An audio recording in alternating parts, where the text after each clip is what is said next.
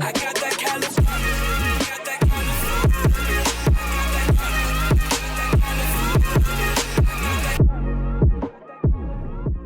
Dragon Ball had its share of some of the most amazing video games along the years, that every Dragon Ball fan just adored.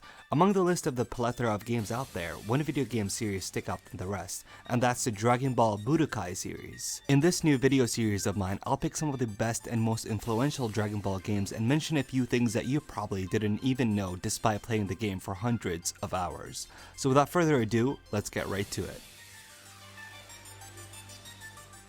To start off the list is the game that started off the rest. Dragon Ball Z Budokai 1 was actually the first game dubbed by Funimation, despite it obviously not being the first Dragon Ball game to exist. The Dragon Ball Z Budokai 1 game for some reason only included the first two major villains of the franchise, Frieza and Cell, meaning the story mode of the game ends right after defeating Cell. However, Great Saiyaman is actually a playable character in the game despite being part of the Buu arc. Moreover, you could also see Tien wearing the same outfit he had when he fought Super Buu. Vegeta also has the same outfit he wore at the end of Dragon Ball Z in the 28th martial arts tournament. Mr. Satan also demonstrates a move he only showed in the Buu saga when he tricked Buu in playing the fake Game Boy. In addition, in the European box art of the game, you can clearly see Vegeta in his Buu saga outfit right next to Spopovich for some reason. Of course, the American cover featured neither. Unlike later games in which transforming gave a slight percentage of increase in attack, each transformation in Budokai gives each character a 10% attack increase, making characters who can transform the most powerful characters in the game. Though the key consumption rate was incredibly high as characters transformed. This was fixed later on as Budokai games gave characters smaller increases or fixed increases depending on transformations, being no more than 10% extra for each transformation. For this reason, Goku's theoretically the strongest character in terms of sheer attack power since he has the most transformations, those including the Kaioken's. In fact, from a personal experience, it was noticeably annoying when I first played as Super Saiyan Goku for the first time against Frieza. It was almost impossible to beat him when I was a kid without me losing my SSJ transformation.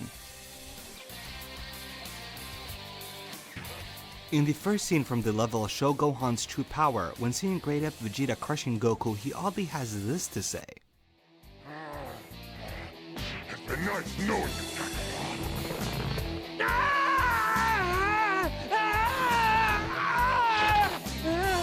Power level? Where? This is actually a mistake, as we all know Vegeta could not sense power levels until the Namek saga. Another funny mess up is in the scene from A Wicked Omen. When Piccolo sees Cell for the first time, he says, Cell, you monster! And you're the next one in line for this!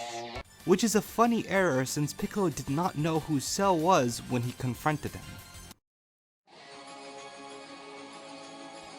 Speaking of Cell, if you ever played any of the Dragon Ball games long enough, you'll obviously have noticed that for some reason Cell is sometimes speaking in his imperfect form, despite being clearly in his perfect state. This is in fact not so much an error because Cell does not actually change voices in the Japanese dub. The idea to change Cell's voice was made up by Damon Clark in the Funimation dub. Therefore, no space files were available in the game to differentiate the both. That's why you will sometimes hear Imperfect Cell.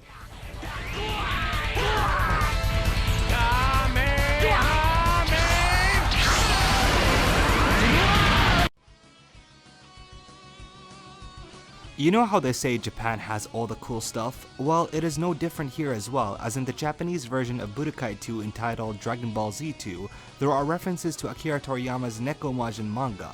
This includes an extra level in Dragon Ball World where you play as the fusion of Tien and Yamcha in order to take down Frieza's son, Kuriza, a character from the Toriyama's Neko Majin manga. You were also able to play as Kuriza as one of Frieza's alternative costumes. Dragon Ball Z Budokai 3 was known to be a huge step up from its predecessors, as it was the first game to feature movie characters alongside some Dragon Ball GT characters. However, despite the inclusion of many content, others were cut.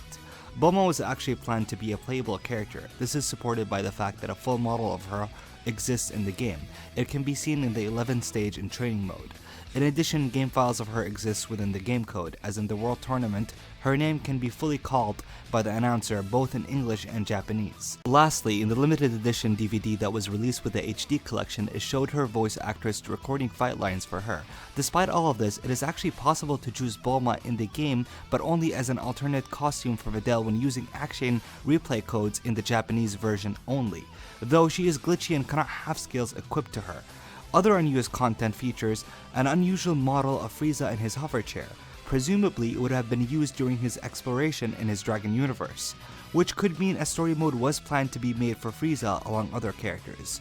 Other characters were also planned to be in the game, such as the entire Ginyu Force, 3 more Super Brew absorptions, and a few more GT characters.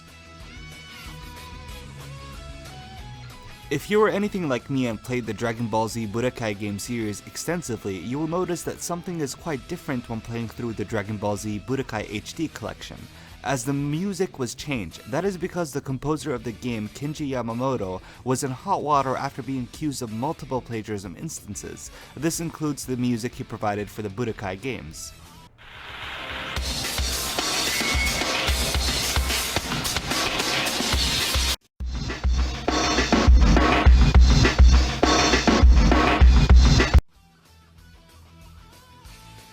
Speaking of changes in the Budokai HD collection, one annoying change was the censorship the game added. This includes the death scene of Raditz, where clearly they changed the whole color to make it less gory.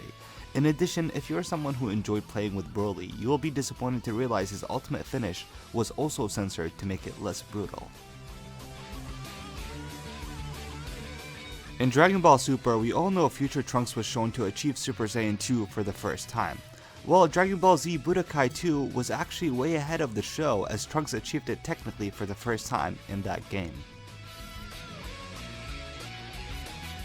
One of the biggest things that makes the Dragon Ball Z Budokai series successful is how the developers clearly improved the game substantially in every single area. This reflected on its reception in the gaming community, where you can clearly see how the game had a better review with each installment. NES back in the day, an 8 out of 10 for an anime game is pretty spectacular.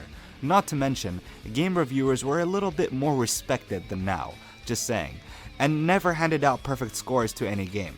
Moreover, Budokai's 3 sales were incredible, as it was reported to sell 642,000 copies in Japan only by 2005, making it the most successful Dragon Ball Z game in the PS2 era. When playing as Yamcha in Budokai 3, a funny Easter egg can be found. Whenever Yamcha is targeted by a Cyberman that self-destructs, he will be immediately KO'd, as it is a reference to the time where Yamcha was killed in DBZ by a Cyberman. Ah, poor Yamcha, trolled even in the games. The Budokai series for me was truly one of my favorite games playing growing up. Till this very day, it still holds a special place in my heart. It's one of my favorite Dragon Ball Z games, alongside Buu's Fury, which I absolutely adore. In fact, if I ever start a playthrough on this channel, it might be that game.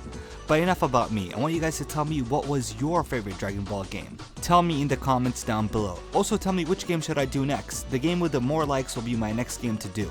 But more importantly, I really hope you guys enjoyed this video, so please like this video, comment, and subscribe, and also please follow me on Twitter. Peace.